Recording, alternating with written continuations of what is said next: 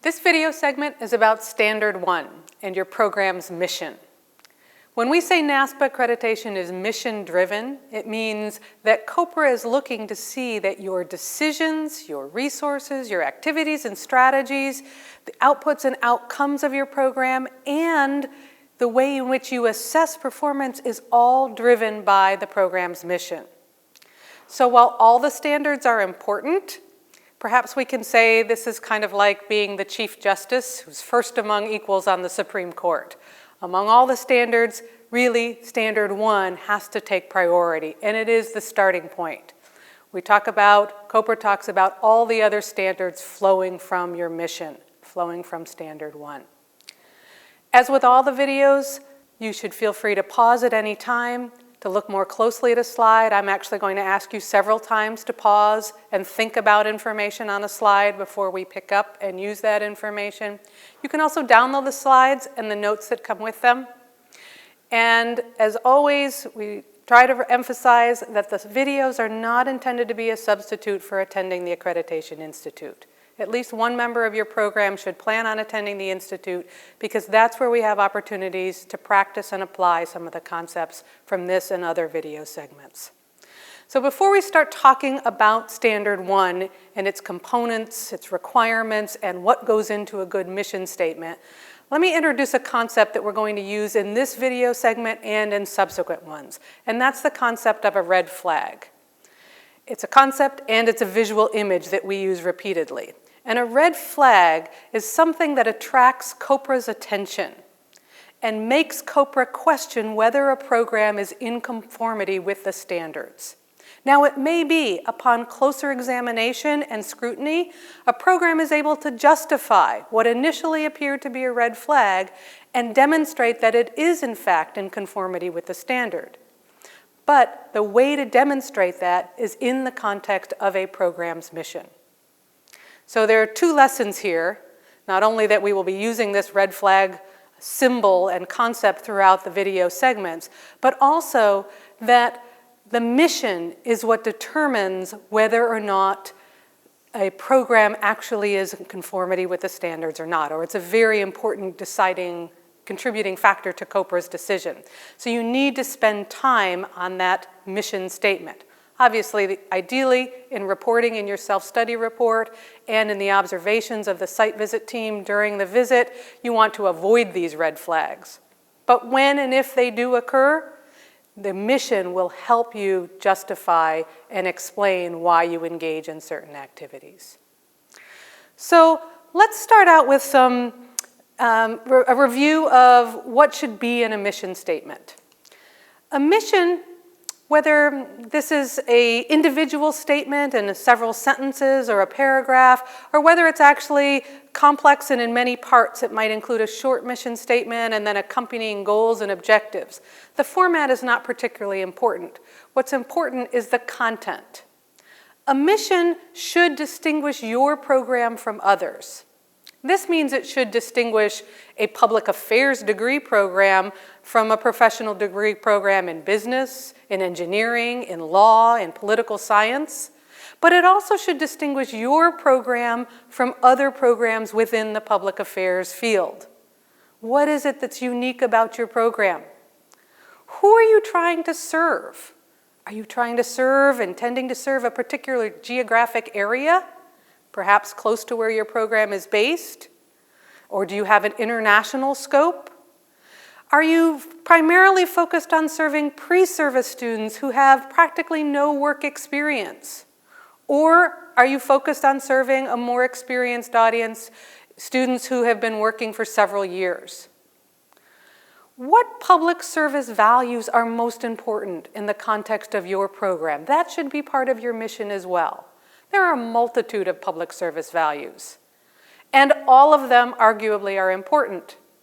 But if you say that you value 20 or 30 different things, ultimately you end up valuing nothing. So you have to be able to identify which public service values are most important in the context of your mission. You want to focus on what your program, through its graduates, through its faculty, through its services, through its research publications, all of its activities, the full range of things that you engage in.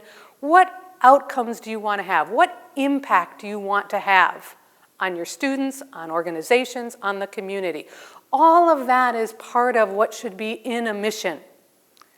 And that will help you identify ways of measuring success, because the ultimate question through accreditation is, are we achieving our mission? That's what accreditation is asking you to document. So let's look at some sample mission statements. And this is where I'm going to ask you to pause the videos various times and take a moment to evaluate them according to these criteria that are listed on this slide. So here's the first one. The program's mission is to teach tomorrow's leaders in public service, add to the body of knowledge about public administration and policy, and serve our community. Take a moment, pause the video, look at this slide in relation to the criteria on the previous slide, and critique it. So what do you see? Where could this be improved? How well does this mission distinguish this program from other programs? Well, it clearly has a public affairs focus, so it's obvious this is not a degree program in engineering or in business. In that sense, it has distinguished itself, but there's not a lot of detail. And so our community, I don't know where that is. Maybe there are other supporting documents that will help us know and place that geographically, but are they defining community as the city in which they're based? The broader metropolitan region, the entire state, or a several state region? It's really not clear how community is defined. Or does community mean the professional community? Adding to the body of knowledge.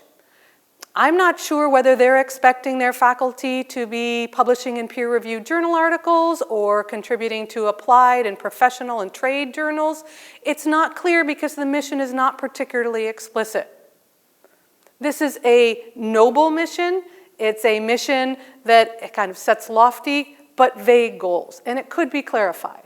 Let me give you another example of a mission. Obviously, this one has more detail, and I'm not going to read it to you. So pause the video, take a moment, look at it, see what you like about it, and where you think it could be improved.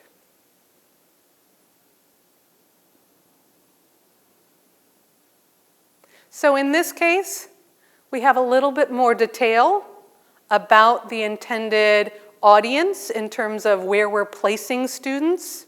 We have reference to a cross-sectoral approach, which is clear in what it's trying to accomplish. It may be a little difficult to measure to what extent that's being achieved, but in terms of learning, research, and service, you could look to see that the kinds of articles that are being published address cross-sectoral issues, those sorts of things.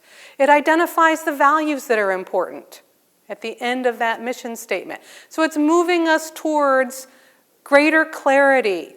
And that greater clarity helps the program manage to its mission. It also helps COPRA assess whether the program is managing to its mission and essentially managing strategically to achieve that mission.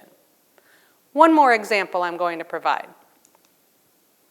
This one, again, requires you to pause and read. This is an actual mission statement. The notes for the video provide you with that source information. I want you to take a look at this and see how they've brought in the components of a mission statement here.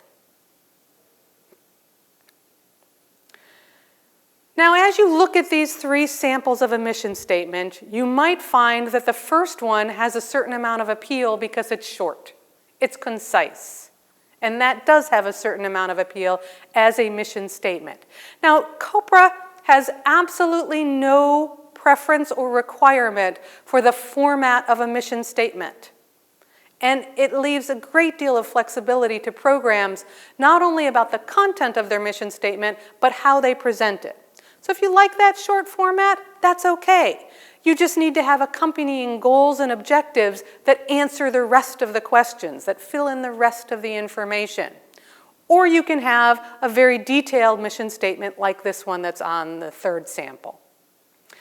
Generic mission statements are still relatively common among some programs within our field, And COPRA understands the many rationales why programs might have a generic or relatively vague mission statement.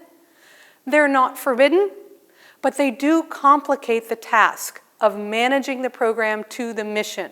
They complicate the task of documenting how you're complying with all the subsequent standards. And that's a decision that programs have to make and understand that there are consequences and that their work is harder at every subsequent stage if they don't have a mission that addresses all of these required components. So now let's actually talk about the components of Standard 1. There are 3 sections. Standard 1.1 asks that you tell COPRA what is your mission, that you explain how you got to that mission.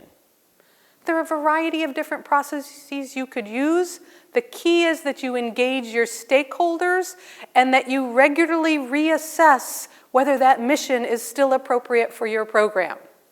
That doesn't mean you have to do that every 6 months or even every year, but that you have some sort of process that is not just one person, the MPA program director, sitting in her office deciding, well, this will be our mission, and I think I'll change it now. That's not the process that COPRA is looking for. They're looking for something that engages your stakeholders and that it is regularly reevaluated. And the third part is something that we've already kind of addressed in the context of the requirements of a mission, is that you clearly can articulate what are the most important public service values in the context of your mission.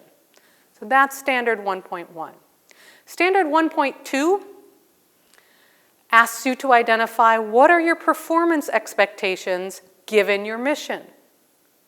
What do you expect your students to be able to do? What do you expect your faculty to do, to accomplish? Identify how you will determine if your program is successful, if it is achieving its mission. And then finally, Standard 1.3 requires you to actually assess performance. Now, the model that's presented here shows a transition from inputs to activities to outputs to outcomes and then assessment and then the results of assessment feeding back in. And it's a circular, cyclical process in which the mission is at the center.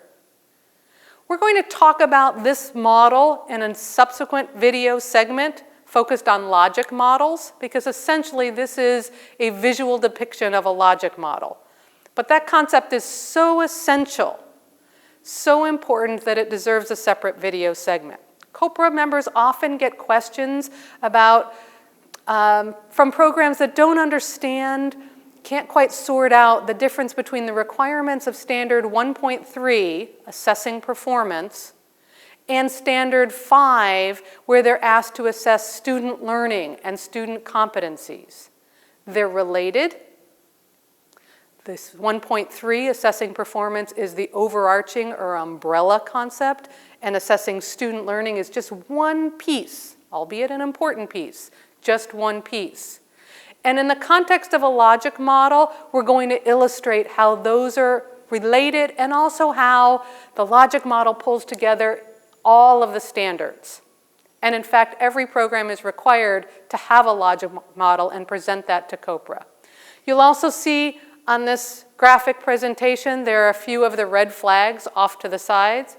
When we talk about the logic model, we will talk about those red flags, those possible red flags within this concept. Not simply about accreditation. It is about improving public service.